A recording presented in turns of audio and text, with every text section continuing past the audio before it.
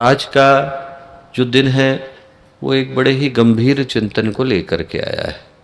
इस गंभीर चिंतन को लेकर के आया है कि भारत की भूमि, जहाँ से कभी परिवार व्यवस्था ने ऋषियों को, मुनियों को, महापुरुषों को, महामानवों को, दिव्य विभूतियों को जन्म दिया, इस भारत की भूमि में संस्कारों की वो कौन सी खेती करने की आवश्यकता है कि फिर से वैसे महापुरुषों को, वैसे महामानवों को आमंत्रित किया जा सके जिन महापुरुषों की और महामानवों की पुकार आज धरती से लेकर आसमान का हर व्यक्ति करता हुआ नजर आता है।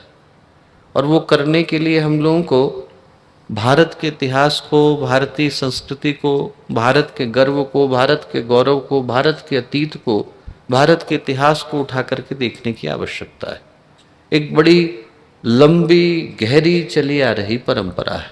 जो आज का दिन है वो एक बड़े ही महत्वपूर्ण भाव को लेकर के आया है। ये जो दाम्पत्य जीवन की परंपरा है, गृहस्थ जीवन की परंपरा है, जिसको पूज्य गुरुदेव ने एक तपोवन कह करके पुकारा, ये जो परंपरा है, यदि हम लोग ध्यान से सोच करके देखें तो इससे ज़्यादा पवित्र और महत्वपूर्ण परंपरा दूसरी कोई हो नहीं सकती। दो परिवार जो आज से पहले लगभग अनजान रहे होंगे, जो लोग विवाह के बंधन में बंधते हैं, बंध चुके हैं या लंबे समय से बंधे हुए हैं, वो लोग सोच करके देखें कि जब तक विवाह नहीं हुआ था, जब तक वो वैदिक मंत्र पढ़े नहीं गए थे, जब तक हम लोग उस संस्कार का हिस्सा नहीं हुए थे, उससे पहले तो वो परिवार बिल्कुल अनजान ही थे। हो सकता है कि एक ही गांव में रहते हों, पर ये भी न पता हो कि ये दूसरा परिवार भी इसी घर में रहता है।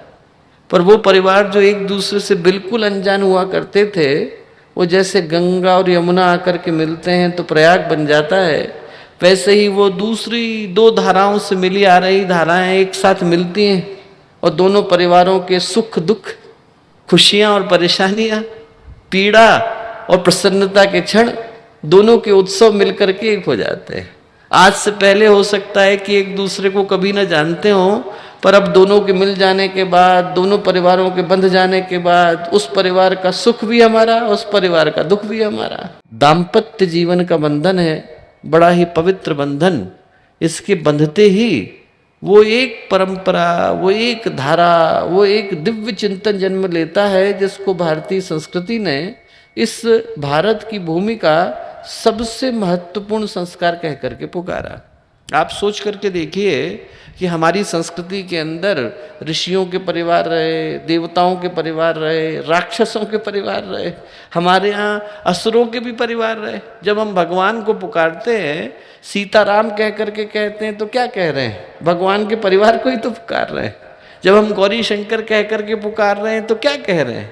हम भगवान के परिवार को ही तो पुकार रहे हैं। हम राधा गोविंद कह करके पुकार रहे हैं तो किसको पुकार रहे हैं? भगवान के परिवार को ही तो पुकार रहे हैं। और जो परिवार की परंपरा है वो इतनी महत्वपूर्ण रही, इतनी महत्वपूर्ण रही। वो जो व्यवस्था है, उसके पीछे की जो सोच है, उसके पीछे की जो संस्कृति है, उसके पीछे की जो भावना है, आप भगवान शिव के जरा परिवार को उठा करके देखिए। भगवान शिव के परिवार में, भगवान शिव के गले में कौन बैठा हुआ है? वासुकी सर्प बैठा हुआ है। और उनके जो पुत्र हैं स्कंद, कार्तिकेय, उनका वाहन कौन है? मोर। मोर और सर्प एक दूसरे को सुहाते नहीं, पर जैसे ही एक भगवान शिव के परिवार के अंदर आए, दोनों मिलकर के एक परिवार का हिस्सा हो जाते हैं। हो सकता है कि एक दूसरे को बिल्कुल भी सुहाते ना हो, पर जहां मिले एक परिवार का हिस्सा हो गए। वो नंदीश्वर है और जो माँ पार्वती का वाहन है वो शेर है।